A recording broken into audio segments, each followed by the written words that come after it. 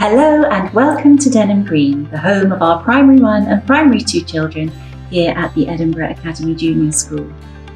We're all really excited here in Denham Green at the moment because our youngest children in Primary 1 are making huge strides forward in their learning. When these little children started at school back in August, it was really important for them to settle into their new environment, make new friends and start to develop those all-important social skills that would help them to find their place in their class. Little bit by little bit, the balance of play with focused learning has been shifting, and we are so proud of the children who can now sit together during class teaching time, settle quietly at their desk for work time, and play collaboratively when all their work is done. I'm often asked, how do children learn to read? Because it sometimes seems like such a magical and mystical thing that children learn to do. It is so important that we get it right from the very start, because when we do, we unlock a lifetime love of literacy, books, stories, and language that is the foundation for all future years in school.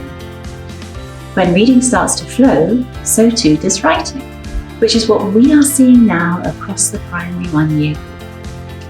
We teach children to read using the dual approach of phonics, with the teaching of sounds of our language like s, t, and being introduced with a song, an action, and a letter shape. The children experience a wide variety of experiences to help them learn these sounds of our language, and are now at the very exciting stage where they are putting these sounds together to make words. We use magnetic letters to build the words, and once the children are confident with this, they start to write the words. Then, after Christmas, we will start learning some of the double sounds, which is a lovely start to the new year. Meanwhile, the children are introduced to our sight word vocabulary, which is made up of many of the most common words in our English language. This is taught in a highly individualised way and at the children's own pace, which is so important because they are all developing at different rates and in different ways.